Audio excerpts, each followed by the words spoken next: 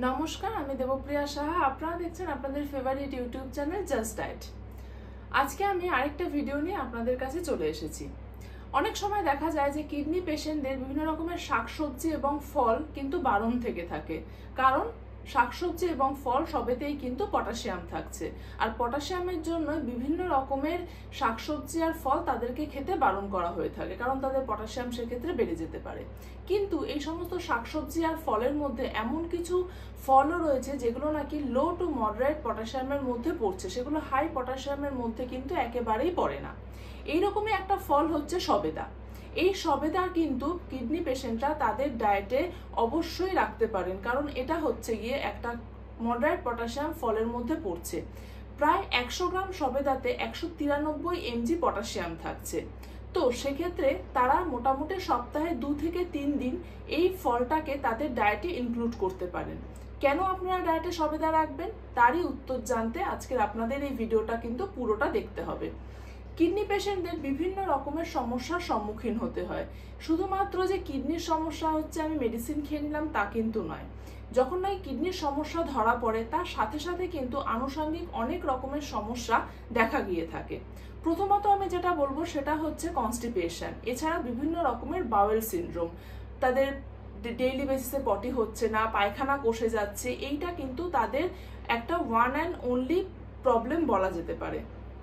তো সেক্ষেত্রে এর কারণ হচ্ছে গিয়ে ওয়াটার রেস্ট্রিকশন করা থাকে, তাদেরকে জল খেতে বারণ করা হয়, যেহেতু তাদের পা ফুলে যাচ্ছে, সোয়েলিং হচ্ছে বিভিন্ন জায়গায়, সেই জন্য তাদের একটা ওয়াটার রেস্ট্রিকশনস থাকছে। তো সেক্ষেত্রে কিন্তু এই কনস্টিপেশন বা বাওয়েল সিনড্রোম বিভিন্ন রকমের হওয়াটা একটা কিন্তু খুবই নর্মাল বিষয় বলা যেতে পারে। তো সেক্ষেত্রে এই সবেদার মধ্যে কিন্তু প্রচুর পরিমাণে ফাইবার থাকছে, যেটা কিনা এই কনস্টিপেশন এবং বিভিন্ন রকমের বাওয়েল সিনড্রোম থেকে পেশেন্টকে মুক্তি পেতে সাহায্য করতে পারে। নেক্সট হচ্ছে গিয়ে এতে কিন্তু প্রচুর পরিমাণে ক্যালসিয়াম থাকছে, বলা যেতে পারে সবেদা হচ্ছে একটা good source of calcium. Kidney পেশেন্টরা অনেকদিন ধরে যদি কিডনির সমস্যায় ভুগতে থাকেন, তখন তাদের ক্ষেত্রে একটা ডিসঅর্ডার দেখা যায়, সেটা হচ্ছে সিকেডি এমবিডি, মানে বোন মিনারেল ডিসঅর্ডার দেখা যায়। এক্ষেত্রে কি হয়, এক্ষেত্রে বোন অ্যাবনর্মালিটিস এবং calcification in the soft tissues and blood vessels, বিভিন্ন জায়গাতে ক্যালসিফিকেশন হতে শুরু করে, এছাড়াও হাড় ভঙ্গুর হয়ে যেতে শুরু করে। তো সেক্ষেত্রে তাদেরকে কিন্তু অবশ্যই ক্যালসিয়াম রিচ কিছু খাবার দাবার খেতে বলা হয়ে থাকে, তার মধ্যে কিন্তু সবেদা হচ্ছে অন্যতম। নেক্সট হচ্ছে গিয়ে এতে প্রচুর পরিমাণে অ্যান্টিঅক্সিডেন্ট থাকে। অ্যান্টিঅক্সিডেন্টের মধ্যে ভিটামিন ই, পলিফেনলস, এগুলো সমস্ত রয়েছে। এই অ্যান্টিঅক্সিডেন্টগুলো কিন্তু আমাদের ত্বককে রুক্ষ হতে বাধা দেয়। আর কিডনি পেশেন্টদের ক্ষেত্রে যেহেতু ওয়াটার রেস্ট্রিকশনস থাকে, যেহেতু তারা ডিহাইড্রেশন স্টেটে থেকে থাকে, তো তাদের ক্ষেত্রে দেখা যায় টোট স্কিন, মানে শুষ্ক ত্বক, একদম ব্যাঙের চামড়ার মতন ত্বকটা শুষ্ক হয়ে যায়। তো সেক্ষেত্রে কিন্তু এই সবেদাটা অনেক উপকারী হতে পারে। নেক্সট আমি যেটা বলবো সেটা হচ্ছে এই সবেদার মধ্যে ন্যাচারাল সুগার থাকছে। কিডনি পেশেন্টদের অনেক ক্ষেত্রেই দেখা যায় তারা ডায়াবেটিস রোগে আক্রান্ত, বা তাদের এই ডায়াবেটিস থেকে মেনলি কিডনির সমস্যাটা হয়েছে।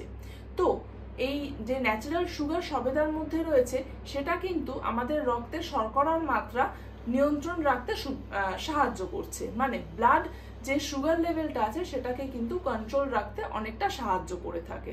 এছাড়াও ইউরিয়া, ক্রিয়েটিনাইন এগুলো শরীরে বেশি থাকার কারণে কিন্তু কিডনি রোগীদের ইমিউনিটি লেভেল অনেকটাই কম থেকে থাকে। তো সেক্ষেত্রে সবেদার মধ্যে উপস্থিত ভিটামিন সি, এটা কিন্তু একটা ইমিউনিটি বুস্টার হিসেবে কাজ করে থাকে।